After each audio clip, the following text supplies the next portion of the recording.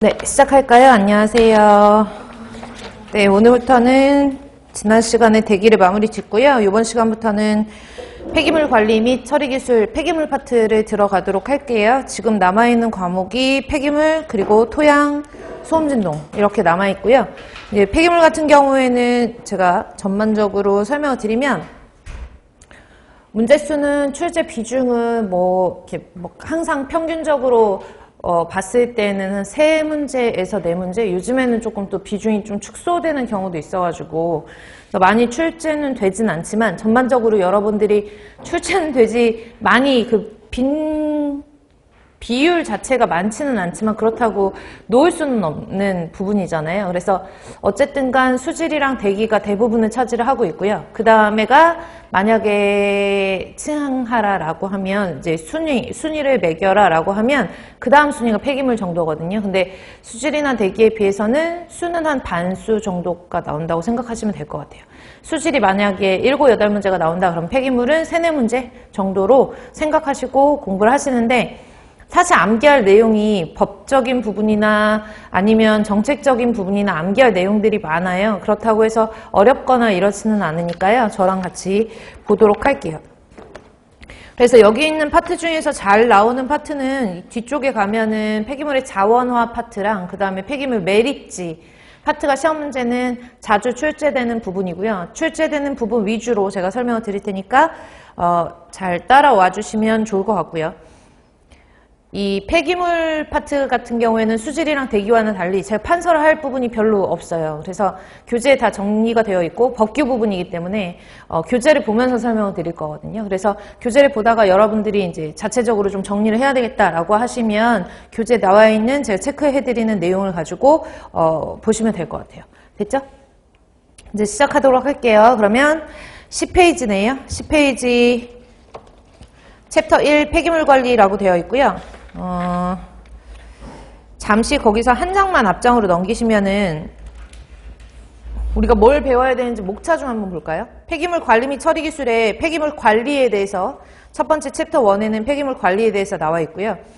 폐기물 관리라는 것은 폐기물은 어떤 종류로 구분이 되고 이런 폐기물들은 보통 법규라고 생각하시면 될 것 같아요. 이게 폐기물에 대한 법규 정도 아니면 요즘에는 폐기물이 어떻게 구성되어 있는지 이런 것들에 대한 내용들이 챕터 1과 챕터 2에 나와 있고요.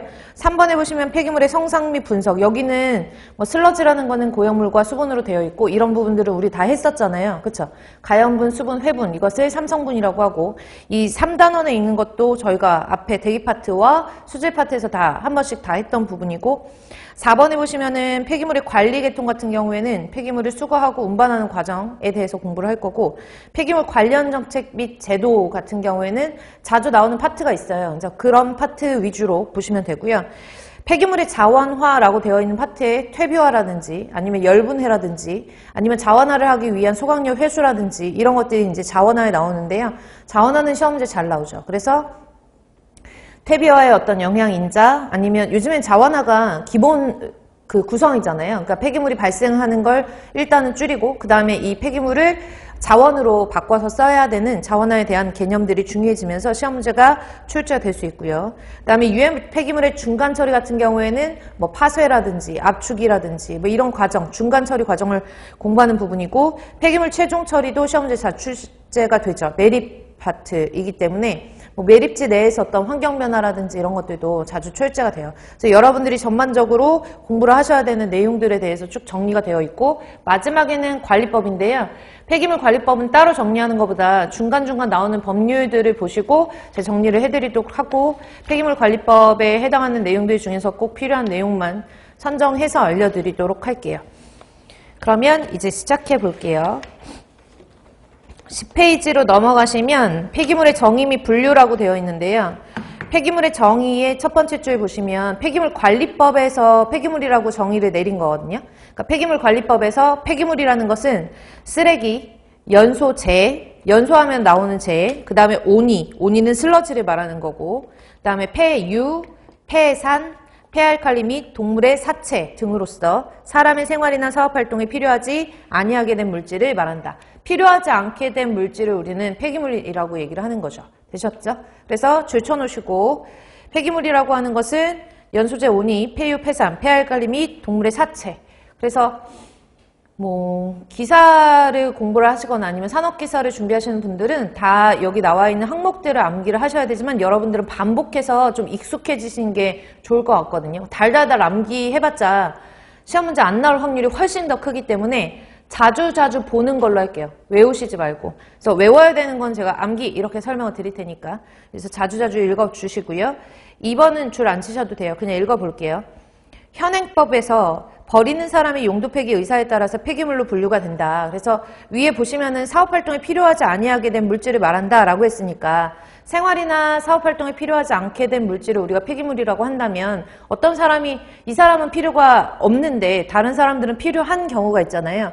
그런 경우에는 우리가 폐기물이라고 얘기하기는 어렵다. 그래서 버려진 폐기물이 활용될 가치가 있어서 제3자에게 매각되면 그 받는 사람은 폐기물이 아닌 걸 받는 거고요. 버리는 사람 입장에서는 폐기물이 버린다라고 하기 때문에 버리는 사람 주체가 버리는 사람이면 그때는 폐기물에 해당한다라는 내용이에요. 되셨나요? 그러니까 폐기물이라고 하는 것은 필요하지 아니하게 된 물질. 그 폐기물이라고 하는 것이 필요하지 아니하게 된 물질이니까 버리는 사람 주체를 보고 폐기물이라고 보는 거고요. 되셨나요? 밑에 폐기물의 분류를 좀 볼게요. 폐기물의 분류를 우리가 세 가지로 구분을 하는데요. 첫 번째로는 발생원과 폐기물 발생량에 따라서 생활 폐기물과 사업장 폐기물로 구분을 해요. 일단 줄 칠게요. 생활 폐기물과 사업장 폐기물로 구분을 한다. 1차적으로는 어디서 나오는지, 얼마만큼 나오는지에 따라서 생활 폐기물, 사업장 폐기물로 구분을 하고요. 2차적으로 유해성에 따라서 사업장 일반 폐기물하고 지정 폐기물로 구분을 한다. 근데 여러분들이 보시면 일반적으로 우리가 생활에서 나오는 생활 폐기물 같은 경우에는 유해성을 가지고 있는 물질들이 나올 확률이 적잖아요. 그렇죠? 뭐 예를 들어 거기서 뭐 납이 나올 거야, 구리가 나올 거야 이런 유해성을 가지고 있는 물질들을 가지고 있기는 어렵기 때문에 뭐 PCB를 함유한 폐기물이 집에서 나올 리는 없잖아요. 그러니까 보통 우리가 폐기물이라고 하면 이 폐기물이라고 하는 걸 크게 발생원에 따라서 두 가지로 나누면 가정에서 나온다고 해가지고 무조건 생활 폐기물 아니거든요. 사업장에서 나오는 사업장계 일반 폐기물 중에서도 이제 조금 이따 보시면 알겠지만 사업장에서 나오는 사업장계 일반 폐기물 중에서도 너무 소량 나올 경우에는 사업장 일반 폐기물로 구분하기가 좀 어려워요. 그래서 발생량에 따라서 생활 폐기물로 구분을 하기도 하거든요. 일단은 그 주로 가정에서 나오는 쓰레기를 생활 폐기물이라고 하니까 주 생활 폐기물과 그 다음에 사업장에서 나오는 사업장 폐기물로 구분을 하는 게 1차적으로 구분을 하는 거고요.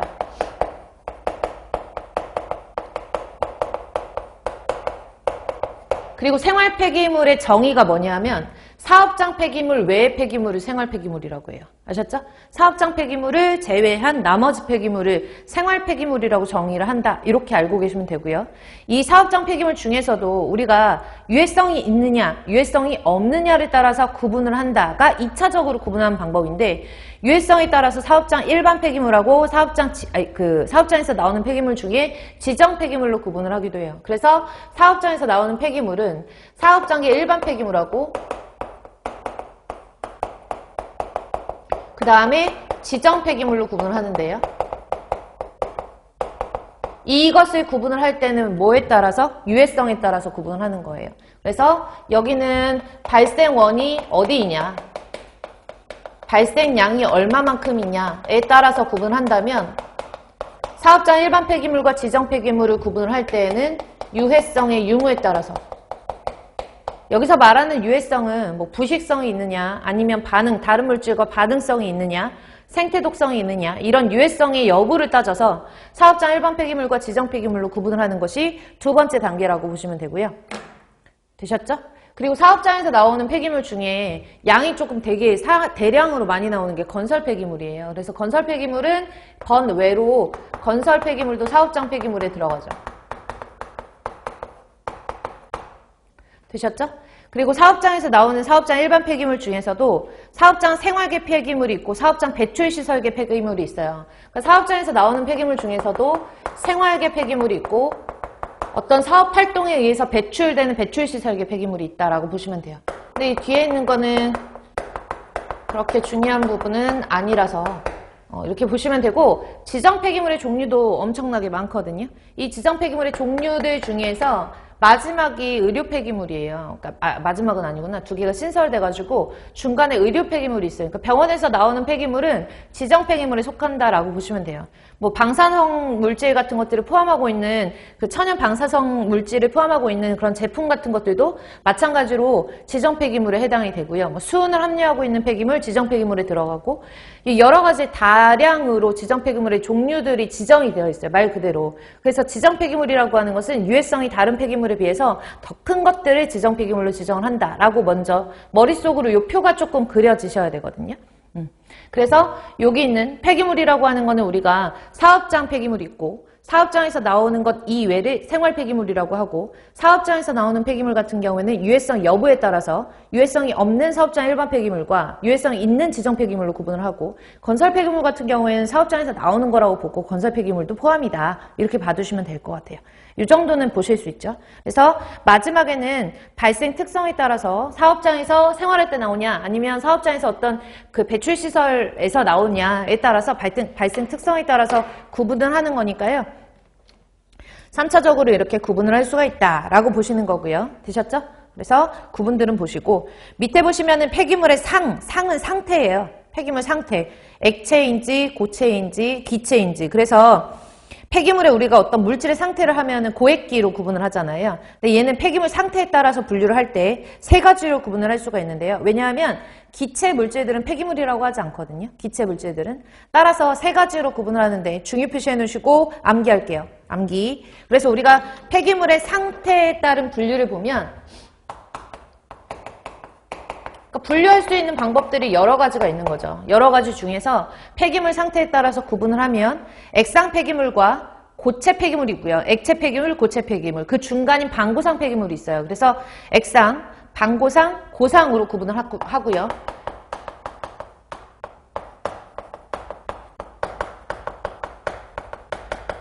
암기를 하실 때 그 옆에 보시면 고형물질 함량이 5 미만인 경우 5에서 15인 경우, 15 이상인 경우. 그래서 외우실 때 얘는 5가 넘지 않는 거, 5 미만인 경우. 그 다음에 15가 넘는 거. 그럼 얘는 5에서 15 이렇게 보시면 되겠죠. 그쵸? 근데 얘를 보시면 이 주어진 조건 자체가 고형물이거든요. 우리가 어떤 그 폐기물이나 폐기물 앞에선 슬러지라고 배웠는데 이 폐기물의 기본적인 성상은 폐기물 안에는 고형물질도 있고요. 수분도 들어가 있어요. 이 고형물질 중에는 탈 수 있는 가연 성분도 있고요. 가연 성분도 있고 그 다음에 타지 못하는 불연 성분도 있고 뭐 이렇게 구분을 하기도 하죠. 그러면 이렇게 수분으로 구분을 하기도 하고요. 아니면 가연분, 회분, 휘발분 이렇게 구분을 하기도 하고 그래서 다양하게 구분을 할 수가 있는데 기본적으로 개념은 슬러지 우리가 공부했던 것처럼 폐기물 같은 경우에도 고형물과 수분의 합으로 구성되어 있다라고 보시면 제가 이렇게 설명드린 이유는 법적으로 정의된 액상 폐기물 같은 경우에는 고형물로 5% 미만을 함유하고 있다. 고형물을 5% 미만으로 함유하고 있다. 그럼 반대로 수분 함량이 95% 이상이라는 얘기거든요. 맞죠? 그래서 수분 함량으로 따지면 95% 넘어가면은 액상 폐기물이라고 보는 거고요. 수분 함량이 만약에 85%보다 15를 빼면 85보다 작으면 수분 함량이 작으면 고체 폐기물이라고 구분을 할 수가 있는 거죠. 되셨나요? 그리고 수분 함량이 한 85에서 95% 정도의 함량을 가지고 있다라고 하면 방고상으로 보는 거예요. 85에서 95. 그래서 여기를 보시면 주로 이제 액상 폐기물하고 고상 폐기물만 구분을 해 놓으시고 방고상은 그 사이에 낀 거니까요. 여기는 수치를 암기하도록 할게요. 그래서 고형물 55랑 15에서 15, 15만 암기하시면 되는데 문제는 이게 고형분의 함량으로 나오는 거는 이제 법적 기준이니까 그렇게 나오지만 수분의 함량으로 바꿔서 나올 수도 있으니까 그것만 대비를 해주시면 되는 거예요. 그래서 수분의 함량으로 바꿔서 봐두시고요. 하단에 보시면은 표가 하나가 나오는데 폐기물은 생활 폐기물과 사업장 폐기물로 구분을 하고요. 사업장 폐기물은 뭐에 따라서? 유해성 여부에 따라서 사업장 일반 폐기물과 지정 폐기물, 건설 폐기물로 구분을 할 수 있고 사업장 일반 폐기물 같은 경우에는 사업장 생활계 폐기물과 사업장 배출시설계 폐기물이 있고요. 지정 폐기물 같은 경우에는 의료 폐기물을 포함하고 있다. 이렇게만 정리를 해주시면 될 것 같아요. 되셨죠? 그리고 우측에 11페이지 넘어가시면 저희가 지금 공부하는 게 다 폐기물 관리법에 나와 있는 법규거든요. 그래서 법규 파트에 있는 내용 중에서 용어의 정의, 폐기물관리법에서 쓰는 여러 가지 용어가 나오는데 1번에 있는 폐기물은 좌측의 폐기물의 정의에서 한번 봤던 내용이에요. 그래서 쓰레기, 연소제, 오니, 폐유, 폐산, 폐알칼리 등 동물의 사체 등으로서 사람의 생활이나 사업활동에 필요하지 아니하게 된 물질을 말한다. 체크해 놓으시고요. 2번의 생활 폐기물 같은 경우에는 줄칠게요. 사업장 폐기물 이외의 폐기물을 말하는 거예요. 사업장 폐기물과 생활 폐기물로 구분하는데 사업장 폐기물에 해당하지 않는다라고 하면 생활 폐기물로 보는 거고요. 사업장 폐기물 같은 경우에는 읽는 부분만 줄칠게요. 대기환경보전법, 물환경보전법, 소음진동관리법에 따라서, 그러니까 여러 가지 관리법에 따라서 줄칠게요.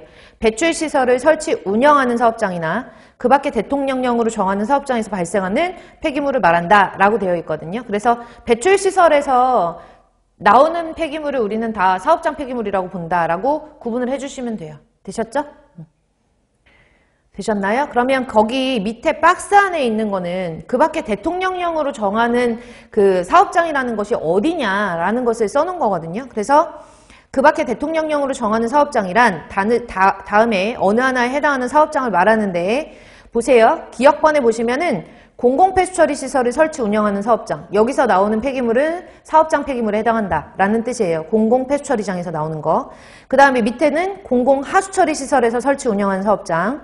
그 다음에 디귿번 분유처리 시설에서 나오는 분유 찌꺼기 슬러지 이런 슬러지 같은 경우에도 마찬가지로 폐기물이라고 얘기를 한다라는 얘기예요. 폐기물 중에서도 사업장에서 나오는 사업장 폐기물에 해당한다라는 얘기고요. 가축 분뇨 관리 및 이용에 관한 법률에 따른 공공처리시설, 그러니까 가축 분뇨를 공공으로 처리하는 처리시설에서 나오는 폐기물도 사업장 폐기물. 지금 뭐 공부하는지 아시죠? 그리고 여러 가지 법을 공부하는 거기 때문에 이걸 읽고 있는 이유가 뭔지, 여기에 있는 것도 뭐다? 사업장 폐기물이다. 그걸 공부하기 위해서 보는 거거든요. 그래서 폐수처리시설, 하수처리시설, 분유처리시설, 그 다음에 가축분뇨처리시설 뭐 이런 것들 이렇게 쭉 읽어보시고 폐기물 처리시설을 설치 운영하는 사업장, 폐기물을 처리하는 시설을 운영하는 사업장에서 나오는 폐기물도 사업장 폐기물이고요. 그 다음에 비읍번, 지정 폐기물을 처리하는 사업장도 마찬가지로 지정 폐기물을 배출하는 사업장, 이것도 마찬가지로 사업장에서 나오는 폐기물이잖아요. 그러니까 사업장 폐기물이고요. 시옷번 중요 표시하시고 줄 칠게요. 보통 우리가 이제 법적인 규제를 하려면 일정 수치가 나와 있어야 되는데 사업장에서 나온다고 해가지고 모두 사업장 폐기물이 아니라요. 1일 폐기물 배출량이 300kg 이상 배출하는 사업장이어야지 사업장 폐기물이라고 봐요. 되셨나요? 폐기물 배출량이 1일 300kg 이상 배출하는 사업장. 됐죠? 여기서 나오는 그 폐기물은 사업장 폐기물로 본다라고 보시면 되고요. 그 다음에 하단에 보시면 건설산업기본법에 따라서 건설공사로 줄 칠게요. 폐기물이 5톤 이상 배출하는 사업장. 되셨나요? 사업장 폐기물 같은 경우에는 사업장 폐기물은 사업장에서 나온다라면은 거의 대부분 사업장 폐기물이라고 보시면 돼요. 그런 배출시설 같은 거, 뭐 폐수배출시설, 폐수처리시설, 하수처리시설, 분유처리시설 이런 데도 나오는 게 거의 대부분 사업장 폐기물인데 그런 별도의 어떤 공공처리시설은 아닌데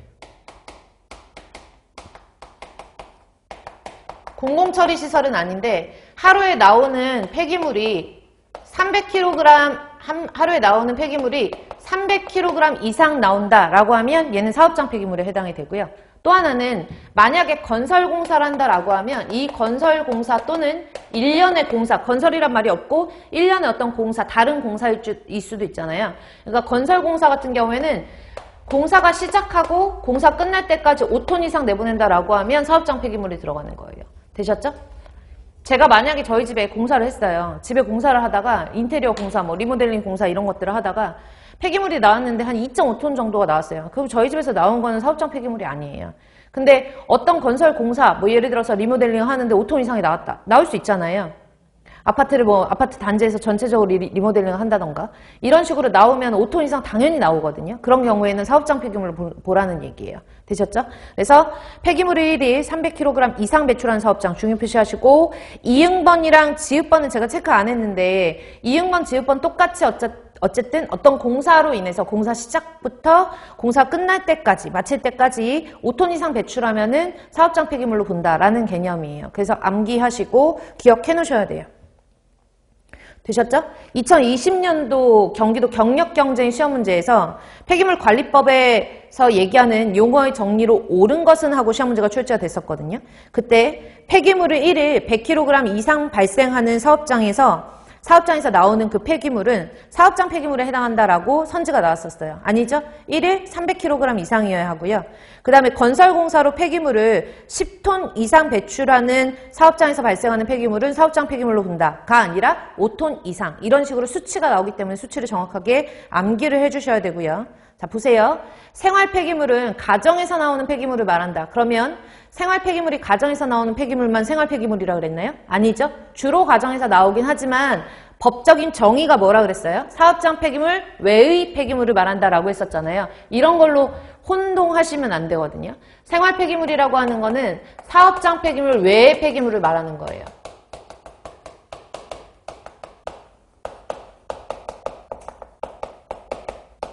사업장 폐기물 외의 폐기물을 우리는 생활 폐기물이라고 한다. 이렇게 봐두시고 정리해 놓으시면 되고요.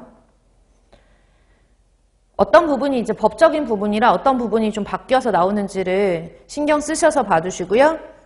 지금 저희 폐기물관리법에 있는 용어 정의하는 거거든요. 하단으로 내려올게요. 지정 폐기물 줄 칠게요. 지정 폐기물은 사업장 폐기물 중에서 유해성 여부를 따져서 유해성이 있으면 지정 폐기물, 유해성이 없다라고 판단이 되면 사업장 일반 폐기물로 구분을 한다라고 했었어요. 기억하시죠? 요거를 가지고 보시는 거예요. 그럼 지정 폐기물의 정의는 뭐냐? 사업장 폐기물 중에서 동그라미 칠게요. 폐유, 폐산 등이라고 나왔어요. 폐유는 버려지는 기름 말하는 거고요. 폐산은 그 부식성 있는 산성, 염기성 할 때 그 산성을 말하는 거예요. 그래서 폐유, 폐산 등 주변 환경을 오염시킬 수 있거나 또 뭐가 들어있어요? 의료 폐기물. 그러니까 의료 폐기물도 지정 폐기물. 폐산도 지정 폐기물. 폐유도 지정 폐기물. 근데 우리 집에서 나오는 뭐 튀김 요리 같은 거 하고 가정에서 나오는데 폐유가 요만큼 나와. 이런 것들은 지정 폐기물이 아니잖아요. 사업장에서 발생하는 것들 중에 기름 성분 함유율이 몇 프로 이상이고 폐산 같은 경우에는 pH 2 이하인 강산일 경우에만 우리가 지정 폐기물로 지정을 해요. 그래서 여기 나와 있는 폐유, 폐산이라고 해가지고 모두 지정 폐기물이 아니라는 거 알고 계셔야 돼요. 되셨죠? 그래서 위해를 줄 수 있는 해로운 물질로서 대통령령으로 정하는 폐기물을 말한다라고 되어 있어요. 그래서 밑에 보시면 특정 시설에서 발생되는 폐기물, 부식성 폐기물, 유해물질 함유 폐기물, 폐유기 용제 미리 말씀드리는데 우리나라에서 배출되는 지정 폐기물 중에 제일 많이 배출되는 게 폐유기 용제예요. 각종 산업시설에서 이 유기용제를 많이 사용을 하거든요. 그래서 폐유기용제, 그 다음에 폐페인트, 폐레카, 폐유, 폐성면, 폴리클로리레이티드 비페닐을 함유하고 있는 폐기물, 폐유독물질, 의료 폐기물, 여기에다 추가적으로 천연 방사성 물질을 함유하고 있는 그런 제품 같은 것들, 수은 함유 폐기물, 이런 것들이 여기 지정 폐기물에 들어간다. 안 쓰셔도 돼요. 뒤에 다 바로 나오거든요. 그러니까 쓰지 않으셔도 되고 얘들은 이런 것들이 있다라고 보시고요. 지정 폐기물은 중요 표시해 주시고 의료 폐기물 한번 볼게요. 보건, 의료기관, 동물병원, 시험 검사기관 등에서 배출되는 폐기물 중에 인체 감염 등 위해를 줄 수 있는 우려가 있는 폐기물과 인체 조직 등 적출물, 실험동물의 사체 등 보건 환경보호상 특별한 관리가 필요하다고 인정되는 폐기물로서 대통령령으로 정하는 폐기물을 의료 폐기물로 정한다. 의료 폐기물도 어디에 들어간다? 지정 폐기물에 포함이 된다라고 봐두시면 되고요. 의료 폐기물 전용 용기 모르셔도 되고요. 7번과 8번은 문제 나오는 게 아니라요. 여러분들 앞으로 공부하는 데 있어서 필요하기 때문에 읽는 거예요. 폐기물을 처리한다라는 말과 폐기물을 처분한다는 말을 써요. 폐기물을 처리한다라는 말은 수집하고 운반하고 보관하고 재활용하고 처분을 말한다라고 정의가 되어 있는데요. 이런 기본적인 수집, 운반, 보관, 재활용, 처분을 다 포함해서 처리라고 얘기를 하는 거고요. 처분 자체는 폐기물을 소각, 중화, 파쇄, 고형화 등의 중간 처분과 매립하거나 해역으로 배출하는 등의 최종 처분을 말한다. 처분 같은 경우에는 중간 처분과 최종 처분으로 구분을 할 수 있다. 이렇게 읽어보시면 돼요. 읽어보시고 뒷장으로 넘기시고 9번 재활용. 여러분들이 알고 계시는 기본적인 상식적인 재활용의 개념을 조금 벗어나서 법적인 개념의 재활용에 어떤 용어를 쓰는지를 보시고 1번에 보시면 기억번에 9번의 재활용의 기억, 폐기물을 재사용, 재생 이용하거나 재사용, 재생 이용할 수 있는 상태로 만드는 활동을 우리는 재활용이라고 해요. 다시 말해서 우리가 이제 폐기물 처리해서 가장 중요시하는 게 쓰레기가 안 나오게 하는 거거든요. 가장 중요한 게 폐기물을 처리하는데 폐기물 처리의 우선순위는 뒤에서 나올 거지만 기본적으로 폐기물을 처리하는 폐기물 처리의 우선순위는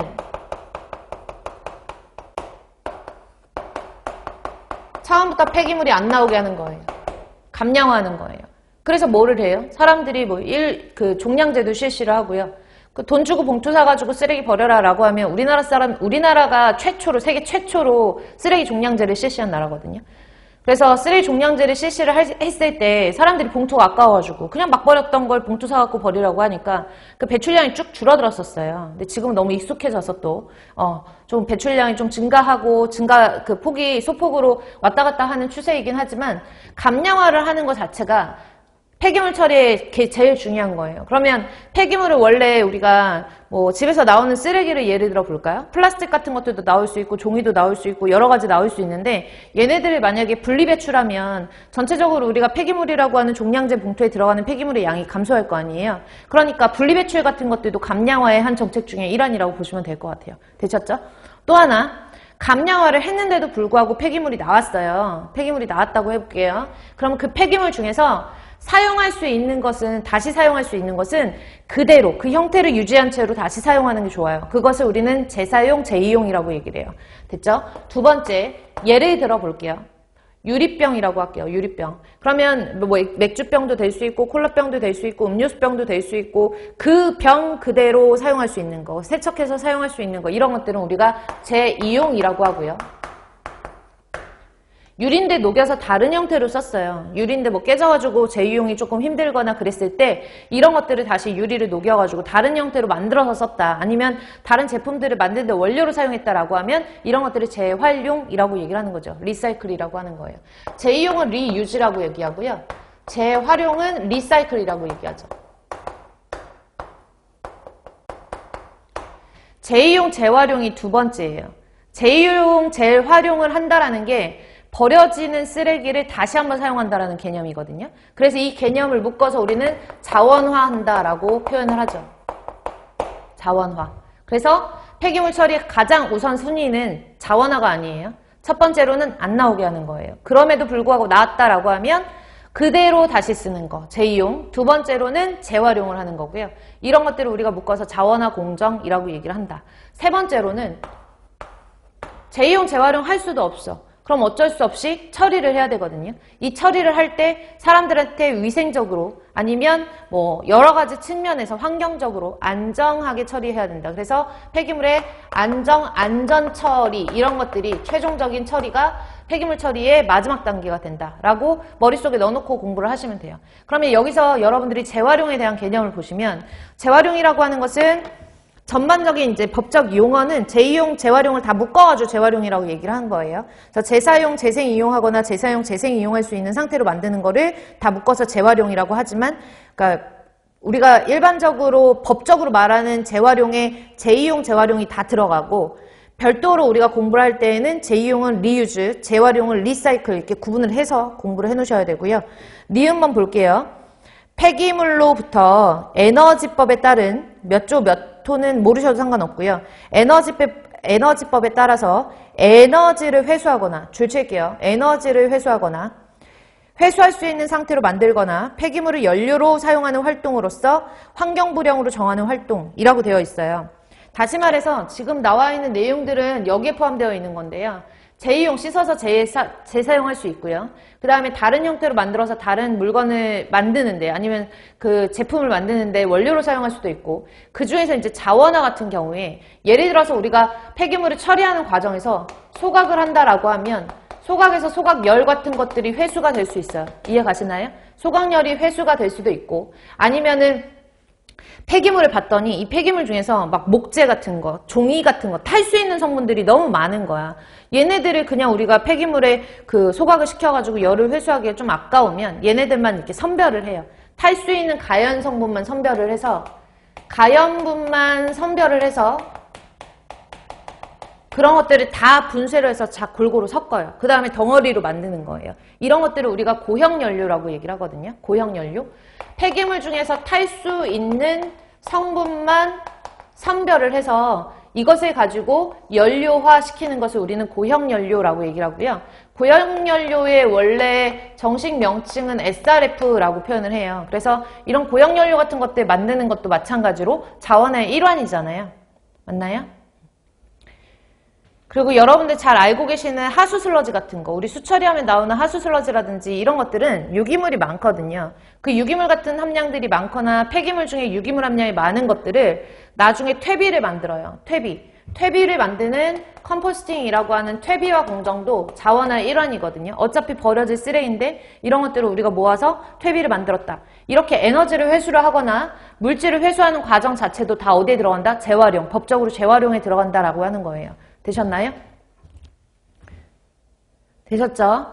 근데 우리가 재활용을 하려고 하고 이 재활용에 대한 법적 기준에 들어가려고 하는데 진짜 열량이 막 1kg 태워봤자 한 3kcal 나온대요. 그 안 나오는만 못해요. 그냥 버려버려요. 그러니까 법적으로 에너지를 회수할 수 있는 기준에 들어가야 우리가 이거를 재활용이라고 얘기를 할 수 있다라는 거예요. 그래서 다시 한번 읽어볼게요. 재활용이라고 하는 것은 니은번에 보시면 에너지를 회수하거나 회수할 수 있는 상태로 만들거나 폐기물을 연료로 사용하는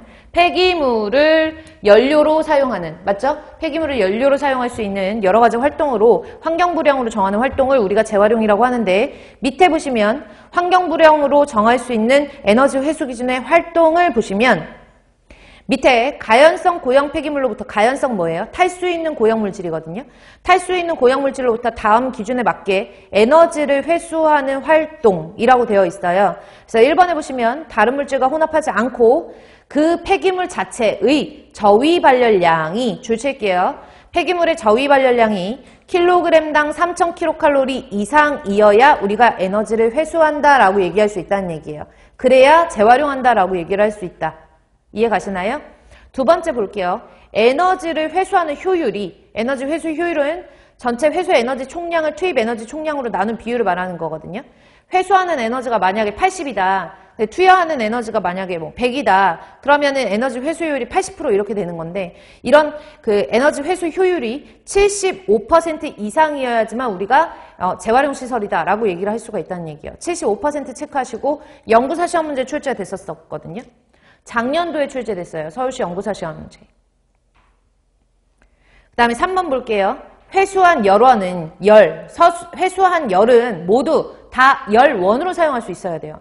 그러니까 우리가 열을 발생시키는 이유가 뭐냐면 열을 발생시켜야 그것을 이용해서 우리가 전기를 만들던가 발전하던가 이러거든요. 그러니까 회수열을 모두 열원, 전기 등의 형태로 스스로 이용하거나 다른 사람에게 공급을 해야지 에너지를 회수할 수 있다. 에너지 회수 시설이다라고 얘기를 할 수가 있고요.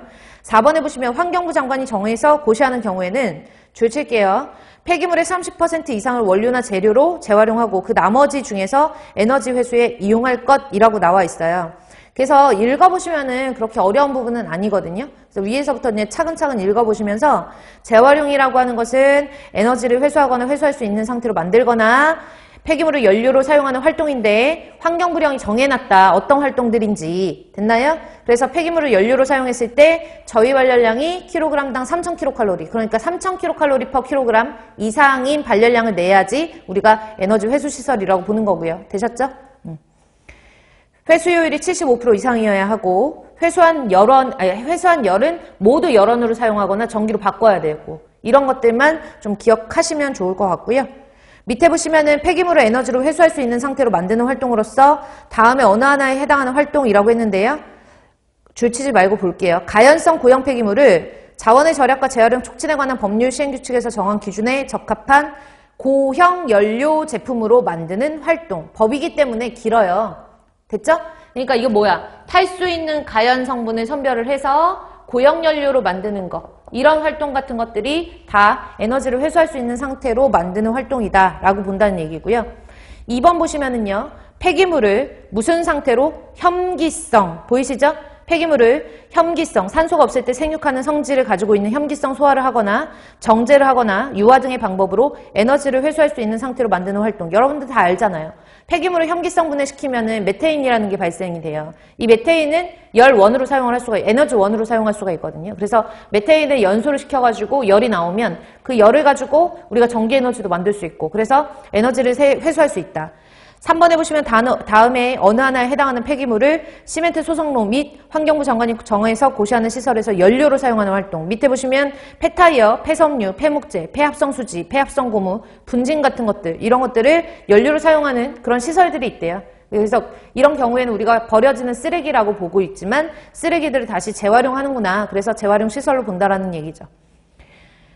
복잡한 것 같지만 중간중간 중요한 부분들만 외우시면 되거든요. 암기하시고요. 11번 보시면은 폐기물의 처리시설이라고 되어 있는데 폐기물의 처리시설은 중간처분시설, 최종처분시설, 재활용시설 체크할게요. 중간, 최종, 재활용. 그래서 중간처분시설과 최종처분시설과 재활용시설을 폐기물 처리시설이라고 보고요. 폐기물 감량화 시설은 말 그대로 폐기물을 감량화시킬 수 있는 시설을 말하는 거예요. 그래서 생산공장에서 발생하는 폐기물 양을 줄이고 사업장 안에서 재활용을 통해서 폐기물 배출을 최소화하는 시설을 폐기물 감량화 시설이라고 한다. 읽어보시면 되고요. 그 다음에 우측으로 넘어갈게요. 자, 우측으로 넘어가시면 4번에 지금 우리가 공부하는 법이 폐기물관리법이거든요. 폐기물관리법에 해당하지 않는 폐기물이 있어요. 다시 말해서 누가 봐도 얘는 폐기물이야.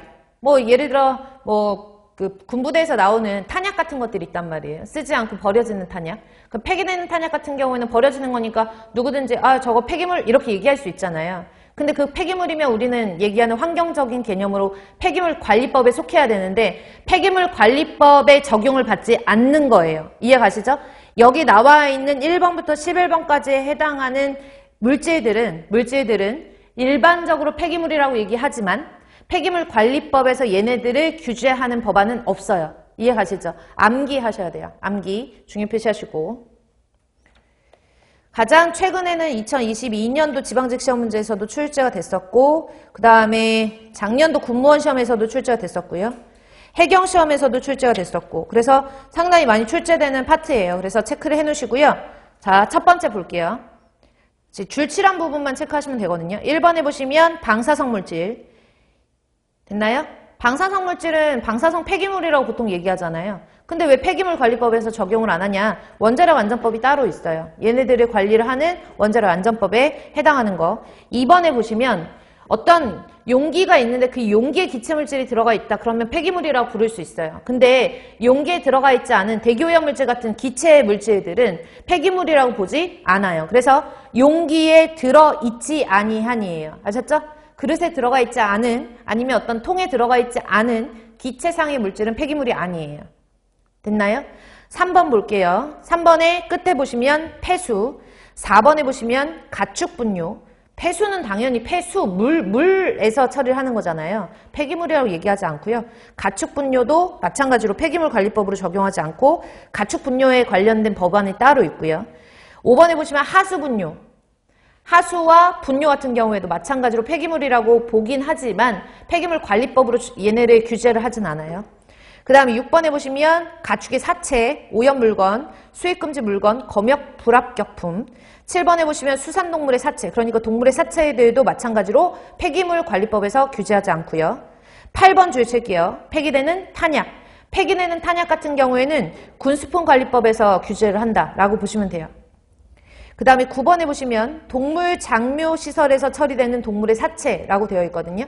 얘네들도 마찬가지로 폐기물관리법에서 적용하지 않고요. 되셨어요? 9번까지가 잘 나오고요. 밑에 이 법에 따라서 폐기물의 이 법은 폐기물관리법이에요. 폐기물관리법에 따라서 폐기물을 해역으로 배출해야 되는 경우에는 해양 폐기물 및 해양 오염 퇴적물 관리법으로 정하는 바에 따라서 버려야지 폐기물 관리법에는 이것들을 버리는 어떤 법안 같은 것들이 따로 규제가 되어 있지 않아요. 그 다음에 11번에 보시면 수산 부산물 재활용 촉진에 관한 법률에 따른 수산 부산물이 다른 폐기물과 혼입된 경우에는 이 법을 적용을 하고 다른 폐기물과 혼합되지 않아서 수산 폐기물만 배출, 수집, 운반, 재활용하는 경우에는 이 법을 적용하지 아니한다라고 되어 있어요.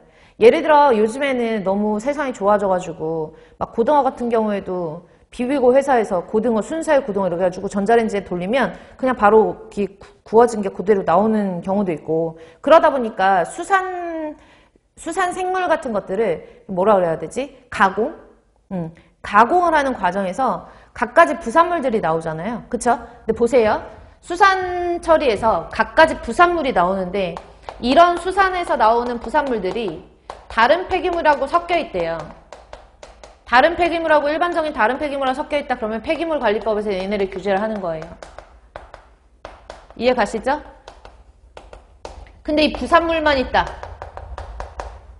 수산생물에서 나오는 부산물만 있다. 그러면 폐기물관리법에 적용을 받지 아니한다. 이런 뜻이거든요. 그래서 그냥 막 읽지 말고 생각을 해가시면서 얘네가 무슨 뜻으로 이런 얘기를 하는 거지? 라는 걸 좀 신경 쓰셔서 보시면 될 것 같아요.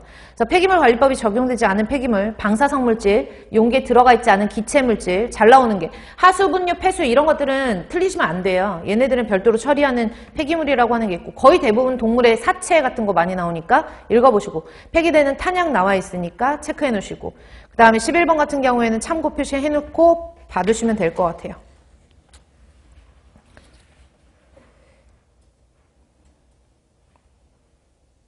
되셨죠? 그래서 과거에 시험 문제 나왔던 게 무슨 시험 문제가 나왔냐면 폐기물관리법에 적용을 받는 물질을 찾아라 이거거든요. 폐기물관리법에서 적용을 받는 물질은 무엇인가? 라고 시험 문제가 나왔어요. 1번 하수도법에 의한 하수. 폐기물관리법 아니죠? 지금 문제 이해 가세요? 두 번째 용기에 들어가 있지 아니한 기체 상태의 물질. 폐기물 아니에요. 세 번째, 군수품관리법에 따라서 폐기되는 탄약, 폐기물 아니에요. 폐기물관리법에서 관여하지 않아요. 해양환경관리법에 의한 해양시설에서 발생되는 폐유, 폐유는 지정폐기물이에요. 그래서 폐기물관리법 안에서 해당이 되는 물질이다. 이런 식으로 문제가 나올 수 있으니까 이해하시고 암기할 거 암기하시면 좋을 것 같아요. 그래서 여기까지 보시고 하단으로 내려올게요. 하단으로 내려오면 이제 비로소 여기 지정 폐기물 파트가 나와 있어요. 지정 폐기물. 지금까지 공부한 것 중에서 여기 시험 문제 나온 적 있어요. 여기도 시험 문제 나왔어요. 라고 하는 부분들은 계속 반복적으로 보셔야 돼요. 달달달 외우시는 것보다 반복적으로 문제 푸시고 보시고 그게 제일 중요하거든요. 근데 여기 지정 폐기물은 암기하셔야 돼요. 달달 암기. 그리고 지정 폐기물 같은 경우에 우리가 지정 폐기물을 분류를 할 때 뭐에 따라서 분류한다 그랬어요? 사업장 일반 폐기물과 지정 폐기물을 구분할 때 뭐에 따라서? 유해성에 따라서 구분한다라고 했었잖아요. 그쵸? 이해 가시나요? 그 밑으로 내려가시면 지정 폐기물이라고 나와 있고 지정 폐기물의 정의는 위에서 읽었었어요. 그래서 지정 폐기물이라고 하는 것은 사업장 폐기물 중에 줄 치셔야죠. 사업장 폐기물 중에 지정 폐기물이 들어가는 거예요. 아셨나요? 만약에 폐기물 중에 이렇게 하면 틀려요. 사업장 폐기물 중에 폐유, 폐산 등 주변 환경을 오염시키거나 의료 폐기물 등 인체 위해를 줄 수 있는 해로운 물질로서 대통령령으로 정하는 폐기물을 말한다 라고 되어 있거든요. 그 바로 밑에 보시면 폐기물의 유해성 판단 요소라고 나와 있는데요. 지정 폐기물하고 사업장 일반 폐기물을 구분하는 그 판정 기준은 다음과 같다라고 되어 있죠. 중요 표시하시고요. 암기하셔야 돼요. 자, 일단 볼게요. 일단 첫 번째로 유해성을 판정하는 판정 지표, 유해성에 따라서 구분한다라고 했는데 첫 번째는 부식성이에요. 어떤 물질이 폐기물 중에서 부식성이 있느냐? 이 부식성 같은 경우에도 모두 부식성이 있다라고 해가지고 다 지정 폐기물은 아니고요. 조금 있다가 우리가 부식성의 여부에 따라서 볼 건데 지정 폐기물에는 폐산이라는 물질과 폐알칼리라고 하는 물질이 부식성 물질의 대표적인 거예요. 그 산성만 산성 부식이 있는 게 아니라 알칼리도 알칼리 부식이 있거든요. 그래서 폐산이나 폐알칼리다라고 하면 부식성이 있으니까 모두 지정 폐기물 이게 아니라요. 폐산의 조건이 있어요. 버려지는 산성 물질도 pH 2 이하인 애들만 우리가 폐산이라고 보고 그때 지정 폐기물로 지정을 하는 거고요. 폐알칼리 같은 경우에는 pH가 12.5 이상이 되면은 우리가 지정 폐기물로 지정을 하는 거예요. 이해 가시죠? 그래서 부식성의 여부를 따지는데요. 이 부식성의 여부를 따질 때 코로시비티라고 하거든요. 코로시비티. 자, 일반적인 지방직 문제와 서울시 시험 문제, 뭐 연구사 문제까지 영어로 출제된 적이 없거든요. 영어로 출제된 적이 없어요. 영어 자체로만 출제된 적은 없는데 군무원 시험, 해경시험에서 영어로만 출제된 적이 있어가지고 그냥 참고적으로 알아두시라고 쓸게요. 부식성은 코로시비티라고 얘기를 해요. 자주 나오는 용어들만 알아두시면 되니까요. 이렇게 보시고요. 어떤 물질이 만약에 인화성이 있어요. 그 인화성이 있는 것은 유해하다라고 판정을 할 수 있는 판정 지표거든요. 맞잖아요.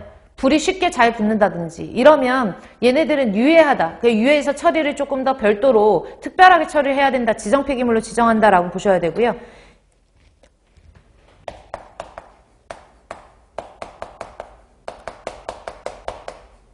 이그네티빌럽티라고 할게요. 이그네티빌럽티. 그래서 이거는 인화성 같은 경우에는 이그니아 잘못됐어. 이렇게 쓸게요. 이그니터빌러티. 해서 인화성 같은 경우에도 인화성이 있는 거 누가 있을까? 불 붙는 거. 폐유라든지 아니면 폐유기용제 이런 것들 불 잘 붙거든요. 그러니까 이런 인화성이 있는 여부에 따라서 지정 폐기물인지 지정 폐기물이 아닌지를 구분을 할 수가 있고요. 그 다음에 세 번째, 오염물질 같은 것들을 고체상이 물질인데 고체상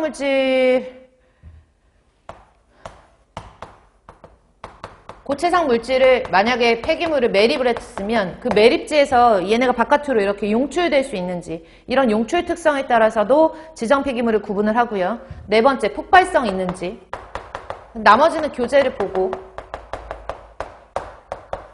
다섯 번째 보시면 생태 독성, 독성이나 생태 독성이 있는지 당연히 생태 독성이 있는 물질들은 지정 폐기물로 지정한다라고 보시면 되고요. 6번에 발암성, 그 다음에 7번에 자연 발화성. 혼자서 불 붙을 수도 있으니까. 8번에 보시면 자, 난분해성이에요. 분해가 어려운 물질이면 지정 폐기물로 지정하는 게 맞죠. 분해가 쉽다라는 것이 꼭 미생물학적인 분해만 뜻하는 것이 아니거든요.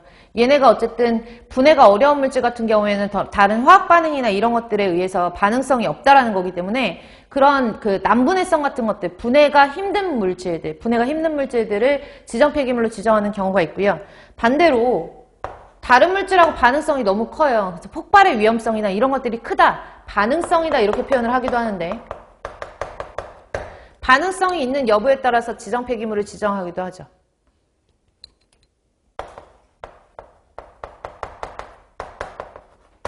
그래서 반응성이 있느냐 여부를 따라서 구분을 하기도 하고요. 뭐 유해성의 여부는 제일 처음에 했으니까요. 유해 가능성, 그 다음에 뭐 여기 감염성이 있느냐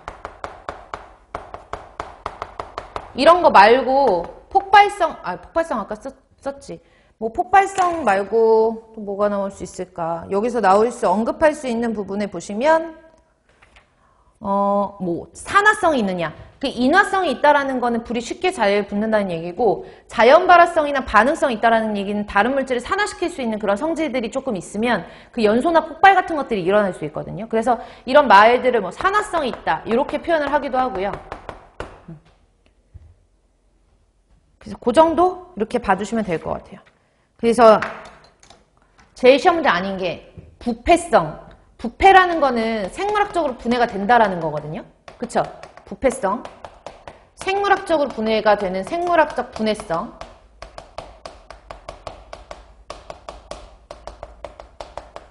그 다음에 침전성.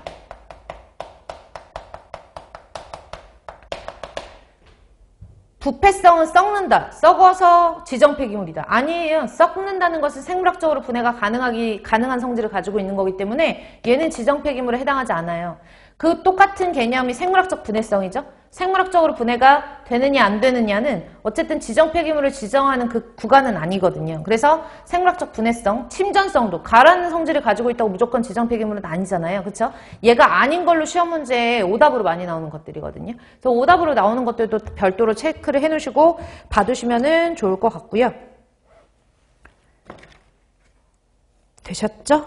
그래서 네, 작년도 지방직 시험 문제에서 지정 폐기물의 분류 요건이 아닌 것은 1번 부패성, 2번 부식성, 3번 인화성, 4번 폭발성. 그러면 부패성을 찾으셔야 되는 이런 형태의 문제가 나와 있었고, 해경 문제 같은 경우에는 좀 나온 지 오래됐긴 했지만 최근에는 영어로 나온 적은 없지만 과거에 영어로 나왔던 항목들을 제가 써드렸거든요. 그래서 그것만 참고로 해서 봐주시면 좋을 것 같아요.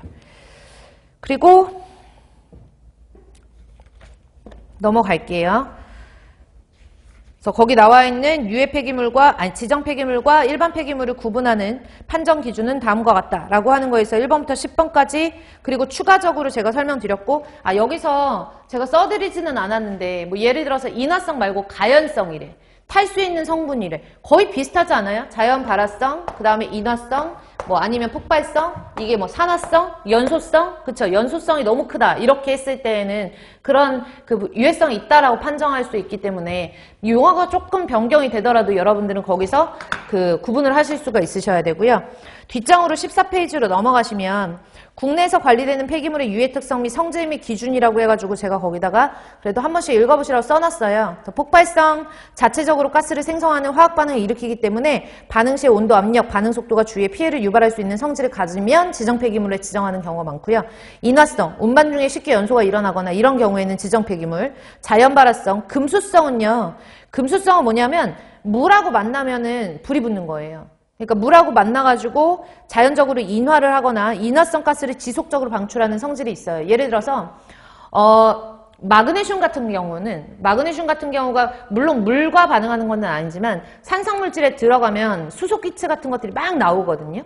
이런 것처럼 어떤 특수한 물질들이 물하고 반응해가지고 가스 같은 것들을 배출하는 것들을 우리가 뭐라고 하냐면 금수성이라고 얘기를 한대요. 그래서 금수성을 가지고 있느냐도 지정 폐기물의 어떤 유해성을 판단할 수 있는 지표가 될 수 있는 거고요. 산화성, 그 다음에 용초의 특성, 감염성, 부식성, 생태독성까지도 유해 특성들이 나와 있으니까 한번 읽어보세요. 되셨죠? 그리고 오른쪽에 참고로 판단 기준도 써놨으니까요. 단 한 번도 나온 적은 없지만 그래도 참고 표시해 놓으시고 한 번씩 읽어보시고 이런 것들을 우리가 유해 특성의 기준으로 잡는구나 라고 보시면 돼요. 정리되시죠? 자, 계속 암기하라는 소리밖에 없어요. 왜냐하면 암기를 해야지만 풀 수 있는 문제이기 때문에 암기를 하셔야 되고요. 하단에 보시면 지정 폐기물의 종류 중요 표시하시고 그나마 최근 한 2, 3년 동안은 지정 폐기물에 해당하지 않는 거 하고 시험 문제가 나온 적이 그렇게 많지는 않거든요. 항상 원래 2010년 말부터 2020년대 초반까지는 항상 꼭 지정 폐기물에 관련된 문제가 한 문제씩 나왔어요. 이 지정 폐기물에 해당하지 않는 거 이런 식으로 시험 문제가 출제가 됐었는데 2023년, 2024년 해가지고 지정 폐기물에 관련된 문제는 나오지는 않았으나 하지만 무조건 외워야 된다. 워낙에 출제 빈도가 높은 부분이기 때문에 그래서 지정 폐기물의 종류를 먼저 한번 볼게요. 지정 폐기물의 종류를 보시면 1번 동그라미 특정 시설에서 발생되는 폐기물부터 2번 동그라미 부식성 폐기물 오른쪽 페이지에 3번 동그라미 유해물질 함유 폐기물 4번 동그라미 폐유기용제, 폐페인트, 폐락화, 폐유 뒷장에 넘기시면은 폐성면, PCB 함유 폐기물, 폐유독물질, 의료 폐기물 10에 2 신설됐고요. 11 수은 폐기물, 12는 그 밖에 그래서 12가지가 지정 폐기물이라고 종류라고 알고 계시면 돼요. 되셨죠? 이 12가지 항목을 외우셔야 되고요. 외우셔야 되고 하나씩 보도록 할게요. 자, 첫 번째로 특정 시설에서 발생되는 폐기물 중에서 대표적으로 뭐가 있냐? 폐합성 고분자 화학물질과 그 다음에 니은번 온이류가 있어요. 되셨나요? 폐합성 고분자 화합물과 온이류가 있는데요. 폐합성 고분자 화합물이 특정 시설에서 발생된다라고 했을 때 폐합성 수지나 폐합성 고무 같은 것들인데 고체 상태의 것은 제외한다라고 나온 거 보이시죠? 그러니까 고체 상태인 것은 지정 폐기물에 해당하지 않는 거라고 보시면 되고요. 그냥 폐합성 수지랑 폐합성 고무만 알고 계시면 돼요. 됐죠? 그리고 시험 문제 거의 안 나와요. 얘네들은. 중요 표시할게요. 밑에 온이류라고 되어 있어요. 온이는 일명 슬러지를 말하는 거고요. 수분 함량이 95% 미만이거나 수분 함량이 95% 미만이라는 얘기는 고형물이 5% 이상이라는 얘기거든요. 맞나요? 그래서 고형물 함량이 5% 이상인 것으로 한정한다. 수치 암기할게요. 수분 함량이 95% 미만이거나 고형물 함량이 5% 이상인 것을 우리가 온이라고 하고요. 이 온이들은 지정 폐기물에 해당이 된다라고 보시면 돼요. 이런 온이들이 어디서 나오냐? 폐수 처리할 때도 나오고요. 그 다음에 오른쪽에 보시면 B번에 공정, 어떤 수처리 공정에서도 슬러지가 발생하기 때문에 폐수 처리 온이나 아니면 공정에서 나오는 슬러지들에서 수분 함량이 몇 프로? 95% 넘지 않거나 고형물 함량이 5% 이상인 것만 지정 폐기물에 해당이 된다. 드셨나요? D급번에 보시면 뭐 있어요? 폐농약. 자, 보세요. 폐농약인데 무조건 폐농약은 100% 지정 폐기물이냐? 그건 아니고요. 농약을 제조하는 곳, 그리고 농약을 판매하는 곳에서 발생하는 것만 지정 폐기물이에요. 만일 폐농약이 100% 다 지정 폐기물이면 농사 짓는 데에서 그냥 가정집에서 폐농약병 같은 것들이 나오거나 폐농약이 남을 수도 있잖아요. 이런 것들을 지정 폐기물로 처리를 해야 되는데 지정 폐기물로 처리하기가 어렵거든요. 그러니까 농약을 만들거나 아니면 농약을 판매하는 시설에서 나오는 것만 지정 폐기물에 들어간다라고 정리를 해놓으셔야 돼요. 되셨죠? 폐농약까지. 2번 또 중요 표시할게요. 부식성 폐기물. 아까 부식성이 있느냐 없느냐에 따라서 유해성을 따져가지고 지정 폐기물로 구분을 하는데요. 폐산 외우셔야 되죠. 모든 폐산이 다 지정 폐기물이 아니라 pH 얼마인 것만 pH 2 이하인 것만 지정 폐기물로 지정을 하고요. 폐알칼리는 pH 얼마? 12.5 이상인 것만 지정 폐기물로 지정을 하고 옆에도 주실게요. 수산화 칼륨이나 수산화 나트륨까지 다 포함해서 폐알칼리에 들어간다라고 보시면 돼요. 수산화 칼륨, 수산화 나트륨을 포함한다. 되셨나요? 세 번째, 유해물질 함유 폐기물이라고 되어 있는데요. 환경부령으로 정하는 물질을 함유한 것으로 한정한다라고 되어 있어요. 기억번에 보시면 광재예요. 광물질의 찌꺼기라고 생각하시면 되거든요. 여러분들이 많이 사용하는 철제, 지금 우리가 앉아있는 책상 같은 경우에도 철제 다리를 가지고 있고 다양한 곳에 철을 사용을 하잖아요. 그리고 지구에서 제일 많은 원소 중에 하나도 철이고 그래서 이 철 같은 경우를 우리가 철을 재련을 할 때 철광석으로부터 철을 빼내거든요. 그럼 철광석에서부터 철만 쏙쏙쏙쏙 빼내면 찌꺼기가 남을 거 아니에요. 그 광물질의 찌꺼기를 광재라고 한다고 생각하시면 돼요. 그 광물질의 찌꺼기는 철광 원석의 사용으로 인한 고로 슬래그는 제외한다라고 되어 있어요. 줄 칠게요. 철광 원석의 사용으로 고로 슬래그가 생기면 그것은 지정 폐기물에 해당하지 않는다라고 보시면 되고요. 나머지 광재들은 지정 폐기물에 들어간다라고 보시면 돼요. 니은번의 분진 한번 볼게요. 분진은 대기오염 방지시설에서 포집된 것으로 한정해요. 그러니까 대기오염 방지시설은 우리가 배웠던 집진장치들 말하는 거죠. 중력이라든지 관성력, 사이클론, 세정집진장치, 여과집진장치, 전기집진장치에서 분진을 모으면 이 분진들이 먼저 호퍼로부터 이렇게 더스트박스로 모이잖아요. 걔네들은 지정 폐기물에 들어간다는 얘기예요. 이해 가시죠? 옆에 보시면 중요 표시할게요. 소각시설에서 발생하는 것은 뭐한다? 제외한다. 소각시설에서 발생하는 것은 제외한다. 이 연구사 시험 문제에 포함한다로 시험 문제가 출제가 돼서 체크해 놓으시고 봐두시고요. 기억번, 니은번은 좀 중요 표시해 놓으시고 밑으로 내려가시면 폐주물사 및 샌드블라스트 폐사 버려지는 모래예요. 폐내화물 및 재벌구이 전에 유약을 바른 도자기 조각. 도자기 구울 때 초벌구이하고 재벌구이 하기 전에 반딱반딱하라고 얘네들 무광이 아니라 유광으로 만들기 위한 유약을 만들어요. 근데 그 유약이 유해물질이에요. 그래서 유약을 발랐다라고 하면 지정 폐기물이고요. 만약에 초벌구이해서 유약을 아직 안 발랐어. 그러면 걔네들은 일반 사업장에서 나오는 일반 폐기물이에요. 아셨죠? 미음번 줄칠게요. 소각재라고 나와 있어요. 소각재. 그래서 소각시설에서 발생하는 것이 분진에서는 제외가 됐는데 얘는 소각재는 별도로 우리가 그 유해물질 함유 폐기물이라고 해서 소각재 중에 유해물질을 일정량 이상 포함하고 있으면 지정 폐기물로 지정을 하거든요. 만약에 소각재가 나왔는데 이 소각재에 잔류탄소나 이런 것밖에 없고 나머지 그 소각재 자체에 유해물질이 하나도 안 들어가 있어. 그럼 지정 폐기물이 아니에요. 유해물질이 들어가 있어야지만 지정 폐기물이거든요. 모든 소각재가 지정 폐기물이 아니라 모든 소각재, 폐내화물 및 재벌구이 전에 유약을 바른 도자기 조각 여기에서 유해한 물질이 검출이 됐을 때 지정 폐기물에 들어간다라고 보시면 돼요. 됐죠?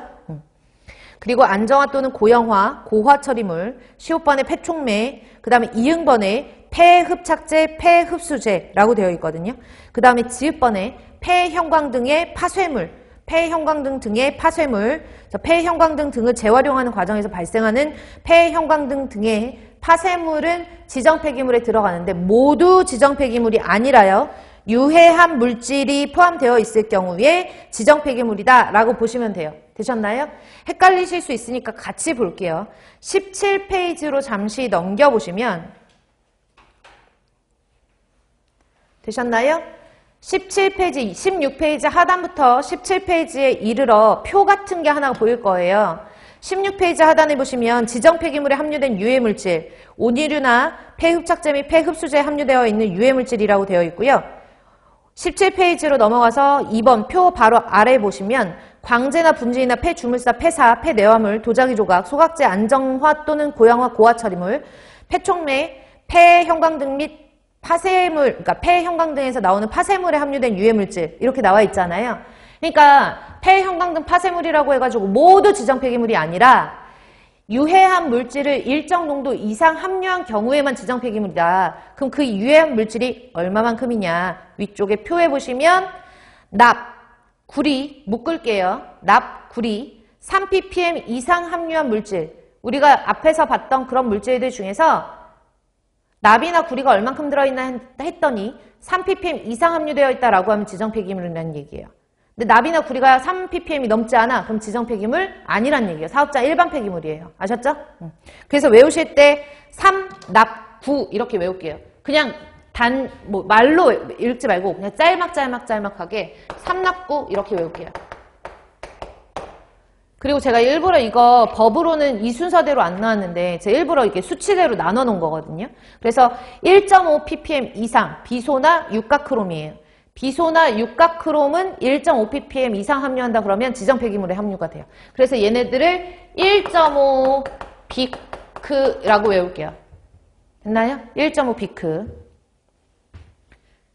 크는 크롬이에요. 왜냐면 일반 삼각크롬이 없고 육각크롬밖에 없어요. 육각크롬이 삼각크롬보다 유해한 물질인 거 아시죠? 그러니까 그냥 크롬이라고 해서 외워두시고요. 밑에 보시면은 시안이랑 유기인은 보통 얘네들의 화학적인 성질이 상당히 비슷하기 때문에 시안이랑 유기인은 한 세트예요. 그래서 1CU 이렇게 외울게요. 1CU 묶어서 외우시고 됐나요? 그 다음에 카드뮴이랑 밑에 보시면 트리클로로에틸렌이라고 있어요. 카드뮴 트리클로로에틸렌. 그래서 0.3 카트 이렇게 외울게요. 0.3 카트. 됐나요? 0.3 카트, 0.1 테 이렇게 외우셔도 되고요.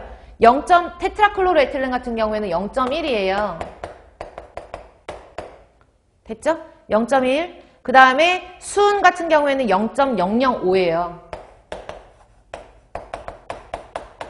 사실 이 앞에까지는 잘 외우는데 이 뒤에가 하나씩 있는 항목 같은 경우에는 입에 잘 안 붙으니까 여러 번 그냥 3납구, 1CU, 1.5 비커, 1.5 비커 이렇게 외우시면 계속 반복적으로 보시면 숫자가 조금 보일 거예요. 지금 보신 것처럼 3납구, 납이랑 구리 같은 경우에는 앞에서 봤던 온이라든지 아니면 그 특정 유해물질을 함유하고 있는 그 정도가 3ppm 이상 함유하고 있어야 지정폐기물로 지정을 한다는 얘기예요. 그냥 무조건 다 지정폐기물이 아니라. 되셨죠? 그 유해물질의 그 함유 기준이 지금 저희가 본 표고요. 표는 암기하셔야 되죠. 그래서 암기를 할게요. 3납구, 1CU, 시안이랑 유기인, 시안, 유기인 그러면 1CU 이렇게 기억하셔야 되고 납이랑 구리 그럼 3납구. 0.5 비커 이렇게 1.5 비커 이렇게 외우셔야 돼요. 비소나 육각크롬 같은 경우에 이렇게 해서 암기를 계속 반복적으로 해주시면 좋겠고요. 하단에 보시면은 광제, 분진, 폐, 주물사 이렇게 쭉쭉쭉쭉 나와서 이 안에 있는 유해물질이 1번 보시면 위표에서 납, 구리, 비소, 수은, 카드뮴, 육각크롬, 시안, 기름 성분의 기준 이상 함유한 경우 그러니까 위에랑 동일하다라고 보시면 돼요. 그 다음에 밑에 성면이라고 있거든요. 성면 같은 경우는 고형화 처리물의 경우로서 건조 고형물 함량을 기준으로 성면이 몇 % 이상 함유되면 1% 이상 함유되면 지정폐기물로 지정을 하는 거예요. 됐나요? 성면 몇 %? 1% 이상. 이왕 나온 거 외울게요. 폐유라고 제가 아까 설명드렸잖아요. 그쵸? 폐유. 그러면은 폐유인데 폐유라고 하는 것도 모든 폐유가 지정폐기물이 아니라 폐유라고 하려면 기름 성분이 배출되는 배출 물질 중에서 5% 이상 들어가야지만 지정 폐기물이에요. 5% 이상 들어가야지만 지정 폐기물. 그 다음에 3번에 보시면 천연 방사성 핵종. 그 다음에 환경부 장관이 정해서 고시하는 물질. 이런 것들이 다 유해물질에 해당이 된다. 그래서 만약에 유해물질, 천연 방사성 핵종 같은 것들이 포함되어 있는 물질이 있다. 그러면 얘네는 지정 폐기물로 들어간다는 얘기죠. 이해 가시나요? 자, 다시 15페이지로 넘어올게요. 전반적으로 내용을 좀 알아야 암기도 돼요. 그래서 3번에 보시면 유해물질 함유 폐기물은 여기 나와 있는 모든 폐기물이 지정 폐기물이 아니다. 여기 나와 있는 물질들 중에서 그 안에 유해한 성분이 정해진 기준을 이상 함유하고 있으면 그러면 지정 폐기물에 들어간다라고 보시고 그 유해 함유 기준은 앞에 제가 써드린 것처럼 암기를 해주시면 되겠고요. 4번 줄 칠게요. 폐유기용제. 폐유기용제. 앞에서 제가 설명 잠깐 한 것처럼 폐유기용제가 그 지정 폐기물 중에서 발생량이 제일 많은 게 폐유기용제예요. 폐유기용제가 제일 많고요. 그 다음이 폐유거든요. 근데 이거는 그때 그 해 이거를 분석하는 어떤 통계치를 낼 때 어떤 사업이 발전했는지에 따라서 수치가 조금씩 달라지긴 해요. 근데 현재는 보통 폐유기용제가 가장 많이 발생량을 차지하고 있다라고 보시면 돼요. 밑에 보시면 폐유기용제에는 할로겐족이 있고요. 할로겐족 포함하지 않는 폐유기용제가 있다. 이렇게만 봐두시고요. 5번의 폐페인트 페라카는요. 읽어보시고요. 6번의 폐유 줄 칠게요. 6번의 폐유, 그러니까 항목은 다 알고 계셔야 돼요. 폐유기용제 지정 폐기물이에요. 폐페인트 페라카도 지정 폐기물이고요. 그 다음에 6번의 폐유도 지정 폐기물이에요. 하지만 기름 성분이 몇 프로? 5% 이상 함유된 것만 지정 폐기물이에요. 됐나요? 폐유. PCB를 함유하고 있는 폐기물들은요. 약간 기름처럼 얘네들이 지용성이기 때문에 약간 기름 성분처럼 보이는 경우가 있거든요. 근데 얘네들은 6번에 있는 폐유 항목에 들어가지 않는다는 얘기예요. 6번에 있는 폐유 항목에 들어가지 않는데요. 이거를 좀 예를 들어 볼게요. 제가 어떤 사업장을 운영을 해요. 사업장을 운영을 해가지고 지정 폐기물이 나와요. 그럼 이 지정 폐기물을 배출하는 사람들은 아무데나 폐기물을 배출하면 안 되겠죠. 이 지정 폐기물을 처리할 수 있는 처리 방법대로 순서대로 배출을 해야 돼요. 그때 나는 어떤 지정 폐기물을 지정을 해서, 그러니까 어떤 지정 폐기물을 배출할 거다라는 것을 신고를 할 때 각각 지정 폐기물마다 부여되는 번호가 있어요. 부여되는 번호. 예를 들어 폐유 같은 경우에는 6번이에요. 06이거든요. 06. 근데 06으로 지정을 해야 되는 게 폐유고요. 여기에 PCB는 들어가지 않는다라고 했어요. PCB를 함유한 폐기물은. 왜냐? 뒷장 넘기면 PCB를 함유하고 있는 폐기물은 지정 폐기물의 번호가 별도로 있어요. 구분 번호가. 그러니까 PCB는 폐유에 들어가면 안 된다라는 얘기예요. 이해 가시죠? 그래서 7번에는 폐성면이고요. 폐성면 줄 칠게요. 기억번 줄 치시면 건조 고형물 함량을 기준으로 성면이 몇 퍼센트? 1% 이상 함유된 제품. 그 다음에 설비 등의 해체 제거 시 발생하는 거. 그러니까 이런 설비를 해체하고 그 다음에 이 제품 같은 것들을 우리가 제거를 할 때 발생하는 것에 한정해서 지정 폐기물이다 라고 보시는 거예요. 요즘에는 성면 해체를 많이 한다라고 했잖아요. 대기파트 할 때도 말씀드렸지만. 그래서 디귿번에 보시면 성면의 제거 작업에 사용된 바닥의 비닐 시트라든지 아니면은 방진 마스크, 작업복도 모조리 다 지정 폐기물이라고 보시면 돼요. 성면 뭐라 그랬어요? 시한폭탄이라고 그랬잖아요. 살아있는 시한폭탄. 기억하세요? 그래서 성면 같은 경우에는 폐암 아니면은 뭐 아주 그 섬유형 그 성면이 가장 위험하다라고 하면서 제가 살아있는 시한폭탄, 폐수종, 폐기종, 폐암 이런 것들이 유발한다라고 했었으니까 그런 것들 기억해 놓으시고요. 8번 볼게요. 폴리클로리네이티드 비페닐 함유 폐기물, 얘는 PCB 함유 폐기물을 말하는 거고요. PCB 함유 폐기물은 폐유에 들어가지 않는다. 별도로 있다. 그래서 액체 상태인 것은 줄 칠게요. 1리터당 2ppm, 그러니까 2ppm 이상 함유한 것이라고 할게요. 2ppm 이상 함유한 액체 상태 폐기물, 2ppm 이상 함유한 PCB를 2ppm 이상 함유한 폐기물은 지정 폐기물이고요. 액체 상태가 아니다라고 하면 고체 상태면 얘를 부셔요. 부셔가지고 이 PCB가 그 녹일 수 있는 그런 용매에다가 녹여가지고 용매 추출을 해가지고 그 안에 있는 농도를 우리가 산정을 하는데 용출했을 때 0.003ppm이에요. 0.003ppm 이상 함유한 것을 지정 폐기물이라고 본다.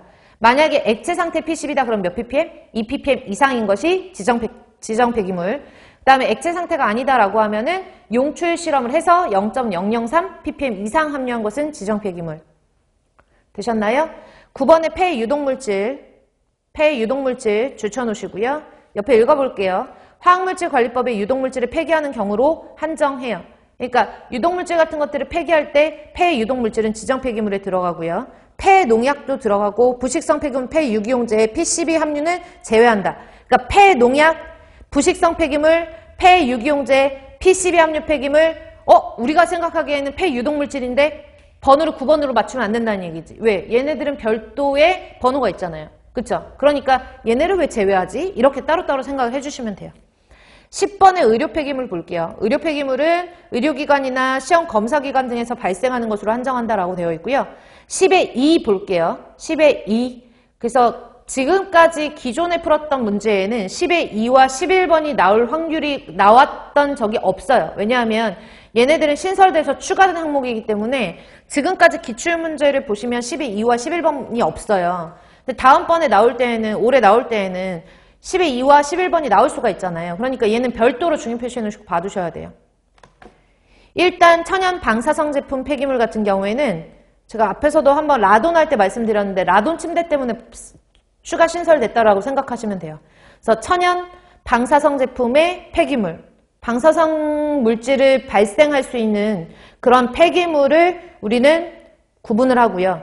가로 열고 뭐라고 되어 있냐면 생활 주변 방사선 안전관리법에 따른 가공 제품 중 안전 기준에 적합하지 않은 제품이래요. 맞죠? 적합하지 않는 제품으로 줄칠게요. 방사능 농도가 그램당 10 베크렐 미만인 폐기물 중요 표시하시고 체크할게요. 나올 게 이거밖에 없거든요. 방사능 농도가 그램당 10 베크렐 미만도 동그라미 하셔야 돼요. 미만. 이상이 아니라 미만인 폐기물을 말한다 라고 되어 있어요. 됐나요? 다시 의미를 봐야지. 천연 방사성 제품 폐기물이라는 얘기는 라돈 같은 것들을 함유하고 있는, 배출할 수 있는 폐기물을 말하는 거예요. 걔네들은 지정 폐기물에 들어간다. 근데 거기서 나오는 그 방사성 물질이 농도가 얼마 정도 나오면은 그 방사성 물질이 그 지정 폐기물로 보냐 하면 방사능 농도가 10 베크렐 미만으로 나와야 돼요. 그램당 10 베크렐 미만. 이 이상으로 나오잖아요? 그럼 원자력 관리법에 들어가야 돼요. 아셨죠? 11번에 보시면 수은 폐기물은 얘는 별로 나올 게 없어. 기억번에 보시면 수은 함유 폐기물. 그러니까 수은을 함유하고 있는 폐기물. 니은번에 보시면 수은이 그 폐기물 안에 구성되어 있는 폐기물. 예를 들어서 뭐 온도계라든지 아니면 뭐 압력계라든지 이런 데에서 나오는 거. 이런 것들은 수은 구성 폐기물을 말하는 거고요. 밑에 보시면은 수은 함유 폐기물 처리 잔재물. 수은 함유 폐기물을 처리하면 찌꺼기 나오는데 그 과정에서 이제 수은이 조금 함유가 되어 있을 수 있으니까 그런 경우에는 지정 폐기물로 본다라고 되어 있고요. 맨 마지막 줄 보시면 아까 이거 외웠잖아요. 수은이 0.005 ppm 이상 들어가 있어야 지정 폐기물이다. 그래서 마지막에 1리터당 0.005mg 이상의 수은이나 그 화합물이 함유된 것으로 한정한다라고 되어 있거든요. 그래서 그런 부분들만 참고하셔서 외워두시면 될 것 같아요. 암기할 게 많고 이거 어떻게 외우지? 라고 하지만 계속 보다 보면 보여요. 그래서 내가 봤던 거와 보지 않았던 항목을 문제에서는 구분할 수 있거든요.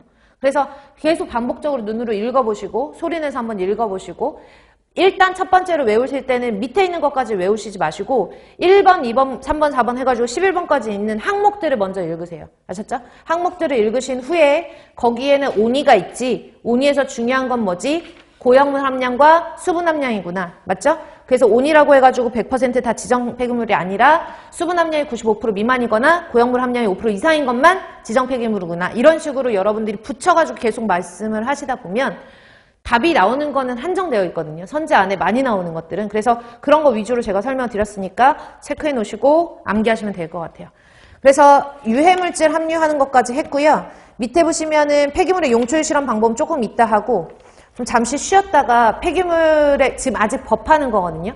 그 폐기물 관리법에서 의료 폐기물만 하나만 더 추가적으로 보고 그다음에 용출 시험 방법 하면은 1단원이 끝나요. 폐기물 같은 경우에는 뭐 제가 어떻게 대신 해드릴 수 있는 건 아니라서 최대한 법 같은 경우에는 이해를 하기 위해서 설명은 해드리나 암기는 여러분들이 하시는 거잖아요. 그래서 반복적으로 계속 보실 수 있고 제가 중요한 부분들을 체크를 별도로 잘 해드릴 테니까 계속 반복적으로 읽어주시면서 공부를 하시는 게 좋거든요. 그래서 잠깐 쉬었다 갈게요.